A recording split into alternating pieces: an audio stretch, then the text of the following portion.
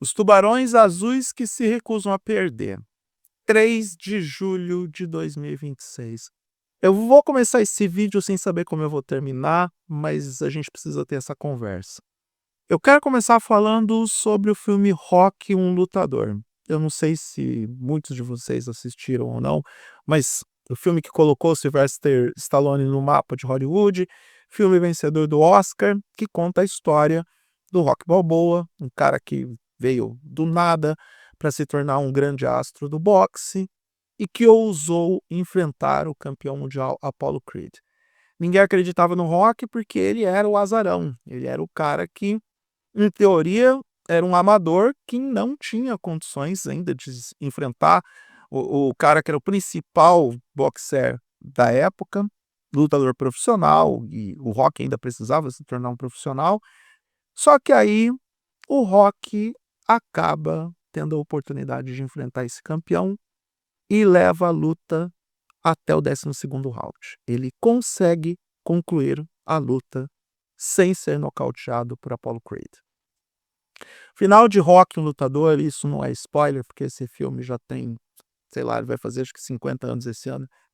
Ele é fantástico porque o Rocky perde por pontos, mas o público, a mídia, os jornalistas, os especialistas colocam ele no lugar de vencedor da luta, de vencedor dessa batalha, porque ele conseguiu empatar com o campeão mundial. Cabo Verde é Rocky Balboa. A gente vê muitas similaridades no que aconteceu no jogo de hoje contra a Argentina com a história escrita e roteirizada por Sylvester Stallone. Nós torcemos pelos pequenos porque as chances dos pequenos são minúsculas diante dos grandes. Nós torcemos pelo mais fraco, não porque a gente encare o mais forte como grande vilão, mas porque nós, como pequenos, acreditamos que um dia a gente pode realmente chegar lá. Porque a vida, o esporte, enfim, essa nossa realidade, ela precisa ser construída através de sonhos. A gente trabalha, a gente prospecta, a gente prospera, a gente planeja, a gente faz o que é possível para poder alcançar os nossos objetivos. Mas a gente faz tudo isso porque um dia a gente sonha com isso.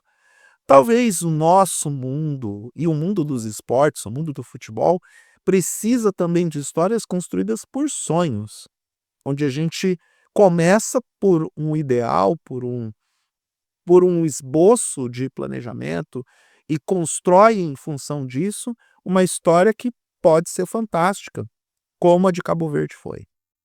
A história de Cabo Verde na Copa de 2026 é uma das maiores histórias que o futebol já produziu.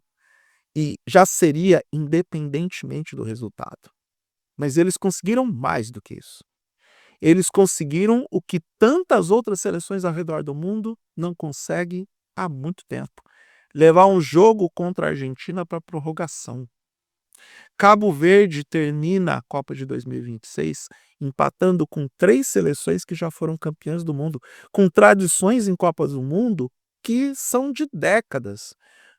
A Espanha, que era cotada como uma das grandes favoritas, o Uruguai, que tem 2 títulos mundiais, a Argentina, atual campeã do mundo. Vocês já pararam para pensar que não é pouca coisa o que Cabo Verde conquistou? É inspirador olhar por uma seleção africana de um país com 500 mil habitantes enfrentar de igual para igual e empatar no tempo normal com a atual campeã do mundo, com uma tricampeã mundial que tem no seu elenco apenas e tão somente Lionel Messi. E eu quero dizer aqui que não é só o Messi que jogou, mas ele é um dos maiores jogadores da história, numa seleção que joga ao redor dele. Vamos parar para dimensionar isso, vamos parar para pensar no quanto isso é significativo para a seleção de Cabo Verde, para esse grupo de jogadores que agora tem as portas para o mundo. O país tem as portas para o mundo. Não só no esporte, mas para o todo, para o mundo como todo. O mundo civilizado vai olhar para Cabo Verde com outros olhos a partir de hoje. Pensa que, a partir de agora, a gente vai ter tantas e tantas crianças de Cabo Verde que virão inspirados nesses jogadores que agora estão na história do país, na história de uma nação que a gente até um mês atrás estava meio que ridicularizando. E essa Copa do Mundo, essa Copa de 2026 mostra para todos nós que, de novo, não podemos ridicularizar os pequenos, não podemos ridicularizar os países que nunca tiveram tradição, porque tudo se nivelou. É talvez a Copa do Mundo mais equilibrada da história. Quem poderia imaginar que a Argentina iria sofrer da forma como sofreu? O final do jogo, o cenário, a atmosfera de final de jogo era um drama, dava para ouvir o tango na torcida, enquanto Cabo Verde ainda insistia para tentar vencer o jogo. O que me deixa profundamente emocionado em relação a essa derrota de Cabo Verde não é a derrota em si. É claro, a gente lamenta pelo fato da seleção de Cabo Verde ser eliminada dessa forma. E não foi injusto. Venceu talvez aquele time que tem melhor condição técnica, porque físico também a Argentina não tinha mais. A galera estava lá desabando em campo. A gente fica triste porque um sonho acaba. De novo, a gente precisa viver um pouco mais de sonho na vida. A gente precisa aprender a sonhar e a viver nossos sonhos e alimentar nossos sonhos. E a gente precisa se inspirar nas histórias dos pequenos. A gente precisa se inspirar nos Davis que ousam enfrentar os Golias. A gente precisa se inspirar naqueles que mostram que vale a pena sim correr atrás de uma bola, perseguir os objetivos, prosperar, lutar até o final. É comovente ver como Cabo Verde terminou esse jogo atacando a toda poderosa Argentina. É comovente ver como as substituições da prorrogação foram pensando em vencer o jogo e não perder de muito, porque perder já era um dos cenários apresentados. Cabo Verde deixa uma grande lição para o mundo de que ainda vale a pena você levantar a cabeça, entender qual é o seu papel no mundo e tentar o impossível. Faltou muito pouco para Cabo Verde protagonizar a maior zebra?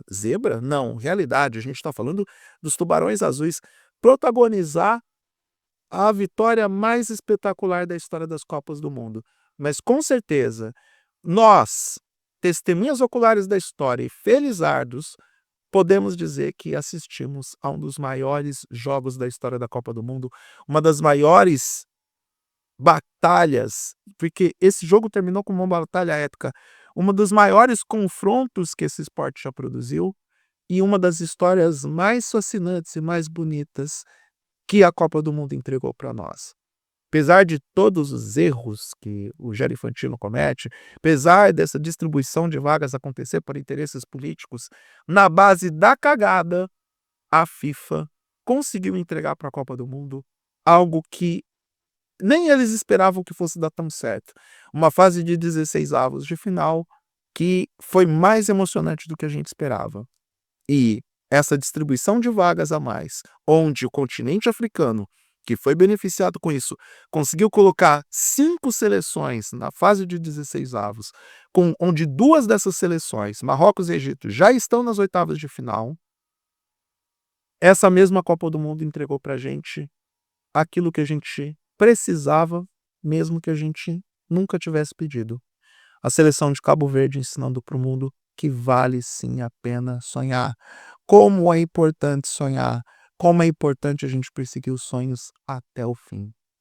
Muito obrigado, seleção de Cabo Verde, por nos lembrar por que o futebol é um esporte tão emocionante. Muito obrigado, seleção de Cabo Verde, por nos entregar essa aula, essa verdadeira aula de resiliência, de obstinação, de vontade. Muito obrigado por enfrentar a Argentina de cabeça erguida. Vocês agora estão na história do futebol.